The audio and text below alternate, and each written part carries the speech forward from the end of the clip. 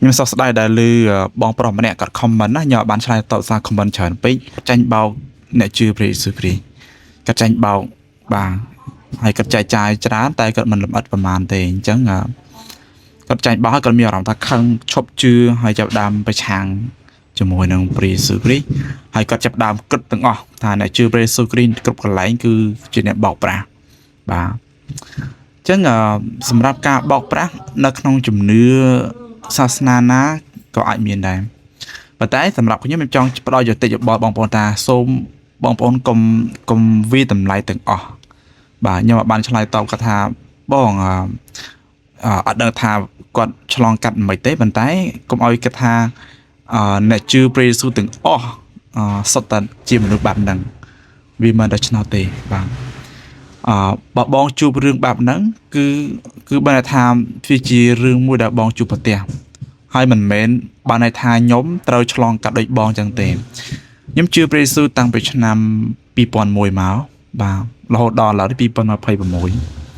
បាទខ្ញុំអត់មានការត្រូវគេបោកប្រាស់អស់រាប់ម៉ឺនដុល្លារអីអស់រាប់ពាន់អស់លុយច្រើនអត់មានទេបាទប៉ុន្តែក៏មានគ្រីស្ទានច្រើនដែលបានចាញ់បោក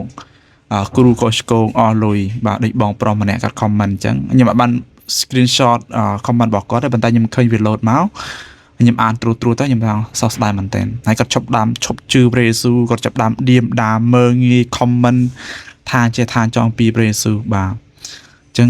ខ្ញុំយល់អារម្មណ៍បែបហ្នឹងដែលគាត់ទទួលការបោកប្រាស់ខ្ញុំសោកស្ដាយមែនទែនតែមិនដឹងថាក្រុមណាដែលបោកប្រាស់គាត់ទេខ្ញុំមិនដឹងទេចាំបានខ្ញុំចេះតែសារដាក់ទឿនបងប្អូនដែលជាគ្រីស្ទានសូមបងប្អូនមានការប្រុងប្រយ័ត្នមែនទែនជាពិសេសតើតើនឹងលុយកាក់នឹងតែម្ដងបាទចំពោះខ្ញុំចំហហើយកុំអោយគិតថាទាំងអស់អ្នកជឿព្រះយេស៊ូវទាំងអស់គឺមិនសុទ្ធសឹងតែជាអ្នកបោកប្រាស់អញ្ចឹងអត់មានទេបាទក្នុងជំនឿសាសនាណាក៏មានអ្នកបោកប្រាស់ដែរបាទក្នុងជំនឿសាសនាព្រះពុទ្ធយើងក៏ឃើញមានព័ត៌មានផ្សាយអំពីសង្ឃពីអីផ្សេងៗប៉ុន្តែសម្រាប់ពួកខ្ញុំជាគ្រីស្ទានខ្ញុំមិនដែលទៅវាតម្លៃលើព្រះពុទ្ធសាសនាទាំងអស់សុទ្ធតែបោកប្រាស់ទាំងអស់អញ្ចឹងទេអត់ដែលមានគំនិតយ៉ាងដូច្នោះទេបាទយើងគិតថាមកក្រុមហ្នឹងបាទយើងគិតថាមកក្រុមឬក៏សង្ឃហ្នឹងឬក៏បុគ្គលហ្នឹងតែម្នាក់ទេខ្ញុំមិនដែលទៅវាតម្លៃលើទាំងអស់ទេបាទដូច្នេះដែរក្នុងជំនឿសាសនាណាក៏មានបុគ្គលខ្លះយកសាសនាមកប្រើប្រាស់ដើម្បីទទួលបានផលកម្រៃបាទយើងឃើញមាននៅក្នុងសង្គមខ្មែរយើងក៏មានដែរបាទអ្នកអត់ជឿក៏គេជួបប្រទះនឹងការបោកប្រាស់នៅក្នុងជំនឿគេដែរអញ្ចឹងបានយើងត្រូវស្វែងយល់ពិចារណាមើលលម្អិតសម្រាប់ខ្ញុំជាគ្រីស្ទានយើងមានព្រះគម្ពីរដែលពិចារណាមើលលម្អិតតើវាត្រឹមត្រូវតាមព្រះគម្ពីរដែរឬអត់អញ្ចឹងយើងដើម្បីយើងជៀសវាងការបោកប្រាស់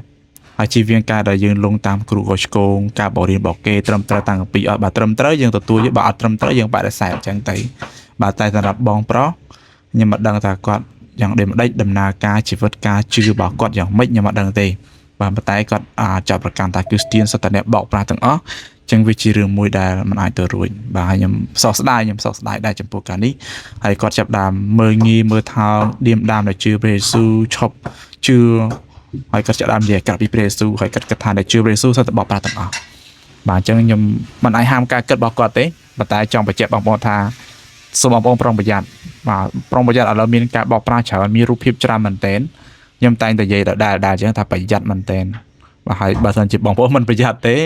អ្នកដែលរងគ្រោះគឺបងប្អូនខ្លួនឯងនឹងឯងមិនមែនខ្ញុំទៅរងគ្រោះជំនួសបងប្អូនទេអញ្ចឹងខ្ញុំសោកស្ដាយចំពោះគាត់ដែលគាត់ត្រូវបានចាញ់បោកខ្ញុំមិនដឹងថាគាត់ជឿព្រះនៅឆ្នាំណាទេចាញ់បោកក្រុមណាបរិញ្ញាមិនហើយរហូតដល់គាត់ឈប់ជឿខកចិត្តចាប់ដើមមានអារម្មណ៍អត់ល្អចំពោះគ្រីស្ទានបាទហើយហ្នឹងហើយខ្ញុំអត់ដឹងមានអីយ៉ាងម៉េច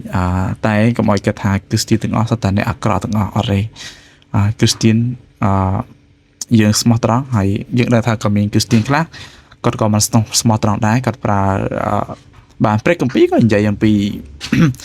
អ្នកខ្លះដើរតាមព្រះយេស៊ូវក្នុងគោលបំណងអត់ល្អចង់បានកម្រៃបានលុយដោយយូដាស្ការីយ៉ុតឃើញតែលក់ព្រះយេស៊ូវបាទមានអ្នកផ្សេងទៀតមកតាមព្រះយេស៊ូវក្នុងគោលបំណងខុសៗគ្នាអញ្ចឹងគ្រីស្ទានសប្តាហ៍នេះយើងមិនអាចគិតថាគ្រីស្ទានទាំងអស់ដែលយើងឃើញជឿព្រះយេស៊ូវច្រើនអ្នកយើងមិនអាចគិតថាពួកគាត់មិនប្រកាសថាពួកគាត់ជាអ្នកជឿពិតប្រាកដទេអញ្ចឹងបានជាខ្ញុំនិងបងប្អូនត្រូវប្រយ័ត្នយើងត្រូវតែកុំសន្មត់គិតថាគាត់ជាអ្នកជឿពិតប្រាកដដោយគ្រាន់តែគេនិយាយថាខ្ញុំជឿព្រះយេស៊ូវ ខ្ញុំជាគ្រីស្ទៀនខ្ញុំបានទៅព្រះវិហារថ្វាយអង្គមបើប៉ុណ្ណឹងយើងចាប់ដើមគិតថាគាត់ជាគ្រីស្ទៀនប្រកបហើយយើងកុំតន់អីបាទយើងត្រូវការពេលវេលាស្គាល់សម្បីតែពួកជំនុំខ្ញុំនៅទីនេះមិនមែនមកដល់ភ្លាមអោបខ្ញុំវាយស្មាខ្ញុំអត់ទេគេក៏ប្រយ័ត្នចំពោះខ្ញុំហើយខ្ញុំក៏ប្រយ័ត្នចំពោះពួកគេដែរបាទយើងប្រយ័ត្នហើយជាការមួយដែលយើងអាចនឹងនិយាយគ្នាស្វែងយល់ពីគ្នាគោលលទ្ធិហើយយើងអាចស្គាល់គ្នាតាមទៀតរហូតដល់យើងទទួលស្គាល់ថាជាបងប្អូនរួមជំនឿរបស់យើងបាទកុំគ្រាន់តែគេនិយាយមួយម៉ាត់ពីរម៉ាត់ថាខ្ញុំជឿព្រះយេស៊ូវដែរទៅព្រះវិហារខ្ញុំធ្លាប់ជឿខ្ញុំធ្លាប់ទៅវិហារយើងមិនអាចគិតថាគ្រាន់ស្ដីជំនឿដែលគេនិយាយថាខ្ញុំធ្លាប់ជឿធ្លាប់ទៅហ្នឹងគឺជាគ្រីស្ទៀនប្រកបមិនដូច្នោះទេវិស័យគ្នាជាមួយនឹងព្រះយេស៊ូវដែរដែលប្រងថាមិនមែនហៅខ្ញុំព្រះម្ចាស់ហើយខ្ញុំឲ្យចូលឋានសួគ៌ប៉ុណ្ណឹងទេអត់ទេអញ្ចឹងបងប្អូនមានគ្រីស្ទៀនខ្លះប្រើស្ដីជំនឿដើម្បីបោកប្រាស់ទទួលកម្រៃជាពិសេសទៅកាន់អ្នកជឿព្រះអង្គតាមប៉ុន្តែក៏មានអ្នកជឿព្រះយេស៊ូវខ្លះដែលគាត់ជឿព្រះអង្គឲ្យពេញចិត្តប៉ុន្តែគាត់ចូលចំក្រុមខុសឆ្គងហ្នឹងបោកប្រាស់គាត់បន្លំគាត់កុហកគាត់ចេះចោះច្រើនរហូតដល់អ្នកខ្លះមានរឿងអាស្រូវតែតងផ្លូវភេទទៀតបាទអស់ដីអស់ផ្ទះទៀតបាទហើយគាត់ខកចិត្តគាត់ឈប់ជឿហើយគាត់បោះបង់ជំនឿគាត់ស្អប់អ្នកជឿព្រះយេស៊ូវបាទអញ្ចឹងមានរឿងច្រើនមែនតើមានរឿងច្រើនណាស់ដែលយើងជួបប្រទះហើយខ្ញុំឃើញបាទមានការហែកហួរគ្នានៅលើបណ្ដាញសង្គមទៀតអញ្ចឹងហ្នឹងហើយខ្ញុំចង់លើកទឹកចិត្តបងប្អូនដែលជាគ្រីស្ទានម្នាក់នៅវិហារដែលជាក់លាក់ប្រយ័ត្នមែនទែនពិចារណាច្បាស់ជាការល្អដែលបងប្អូនពិចារណាចំពោះខ្ញុំហើយខ្ញុំចំហទៅកាន់បងប្អូនទាំងអស់អញ្ចឹងខ្ញុំក៏ចំហហើយខ្ញុំក៏ប្រយ័ត្នជាមួយអ្នកផ្សេងទៀតដែរប្រយ័ត្នជាការល្អបាទដល់ពេលដែលយើងស្គាល់គ្នាច្បាស់ដឹងច្បាស់យើងអាចរកនឹងជាការល្អ